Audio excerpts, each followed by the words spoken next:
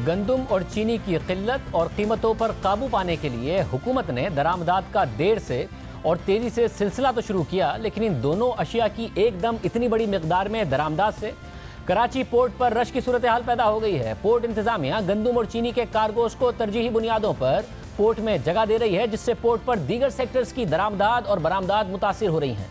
ताजिर परेशान हैं क्योंकि उनका माल पोर्ट पर फंसा हुआ है और उनके माल को ऑफलोड करने की इजाज़त नहीं दी जा रही। आज इस हवाले से डॉन अखबार में खबर शाया हुई, जिसमें कहा गया कि इस वक्त कराची पोर्ट में गंदम और चीनी की दरामदात को तरजीह दी जा रही है, जिसकी वजह से तेल और खाद के सेक्टर्स की दरामदात पोर्ट पर फंसी हुई हैं। इसके अलावा सीमेंट सेक्टर का कहना है कि उनकी बरामदात मुतासिर हो रही हैं। फर्टिलाइजर सेक्टर ने खबरदार किया है, अगर उनको बरवक्त खाद की बर्थिंग की इजाज़त ना मिली तो गन्ने और मकई की फसलें मुतासिर हो सकती हैं। इस हवाले से उन्होंने वजारत खुराक को खत लिख कर सूरत हाल से आगाह कर दिया है। डॉन अखबार के मुताबिक वज़ीर आज़म के मुशीर तिजारत अब्दुल रज़ाक दाऊद का कहना है कि हमें सूरत हाल का इल्म है, हमें बरामदात के मुतासिर होने की फिक्र है, क्योंकि पोर्ट पर जगह तो मौजूद है लेकिन दुरुस्त हैंडलिंग की ज़रूरत है। उन्होंने मसले को आर्जी करार दिया और कहा कि बेशतर गंदम दरामद हो चुकी है, बाकी की दरामदात मुस्तकबिल में वक्फे से की जाएंगी।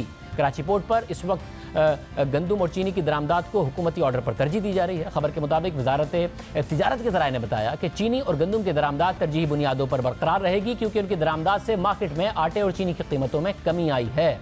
कराची पोर्ट पर रश की सूरत हाल है, दीगर सेक्टर्स परेशान हैं। इस हवाले से जियो न्यूज़ के नुमाइंदे अली इमरान सैयद की रिपोर्ट देखिए।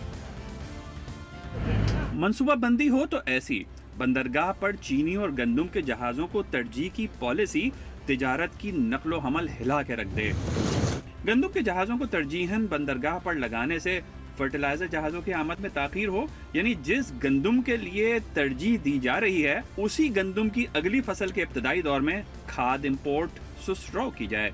सिर्फ यही नहीं, कुछ दीगर अहम तरीन अजनास की रसाई में ताखीर के सबब महंगाई को भी खुश आमदेद कहा जाए। फैब पे आउट ऑफ टर्न व्हीट लगता है और सोयाबीन, कनोला ये जहाज नहीं लग रहे। सही है, जिसकी वजह से मुर्गी भी यानी मील की प्राइसेस भी महंगी हो गई है क्योंकि डैमेज लग रहा है। और आपने एडिबल ऑयल की प्राइस बढ़ा दी। व्हीट को 3 बर्थ दे देना चाहिए और 3 बर्थ पे 8-8 हज़ार टन रोज़ाना डिस्चार्ज करे, उतनी गाड़ियाँ भी दे और 24,000 टन होगा। आप 6 बर्थ दोगे तब भी 24 होगा। खराब मनसूबाबंदी और बंदरगाहों की कम सलाहियत ने सिर्फ इम्पोर्ट ही नहीं, एक्सपोर्ट को भी मुतासर किया है। सीमेंट के जहाज़ों को बंदरगाह के बाहर एक हफ्ते इंतजार करना पड़ रहा है। मुल्की बका के लिए अहम तरीन एक्सपोर्ट के एक जहाज को 10 दिन इंतजार करना पड़ा कि कब आलमी मंडी को पाकिस्तानी सीमेंट मैसर आ सके। ऐसी जालिम आलमी मंडी जो एक सेंट पर सौदे मंसूख कर देती है। जहाज़ों का इंतजार बड़ा महंगा है।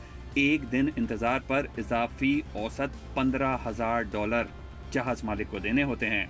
अब इस सूरत हाल में नकलो हमल के ज्यादा काम के सबब ट्रक मालिकान ने भी किराए बढ़ा दिए। ट्रांसपोर्टर्स को भी पता है ऑब्वियसली उनकी बार्गेनिंग पावर भी बढ़ जाती है, तो उसकी वजह से मतलब ये जो सारा कंजेशन पोर्ट के है उस पर आप देखें पूरी एक चेन चलती है जो कि अफेक्ट करती है बिल्कुल एंड यूज़र तक। आप जब एक्सपोर्ट की बात करते हैं तो you have to keep the balance, ठीक है। उसमें आप किसी एक कमोडिटी को अगर सिर्फ इस वजह से कह रहे हैं कि we have to make this quantity surplus in the market just to control the price, तो उसकी दूसरा आपको एंगल भी देखना है जहाँ पे आपकी एक्सपोर्ट हर्ट हो रही है। जरा मुल्क की सबसे बड़ी कराची बंदरगाह के काम के तरीके भी मुलायजा हों।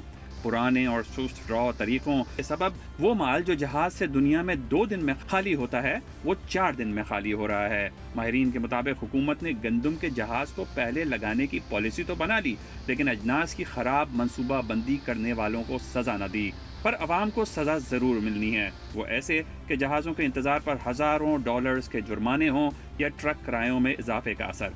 कारोबारी तबका वसूली अवाम से ही करेगा। प्रोग्राम आज शाज़ेब खानज़ादा के लिए कैमरामैन तला खान के साथ अली इमरान सैयद, जियो न्यूज़, कराची। इतलात यही है कि मुतालिका वज़ीर अली ज़ैदी ने यह मामला वज़ीर आज़म के सामने रखा है।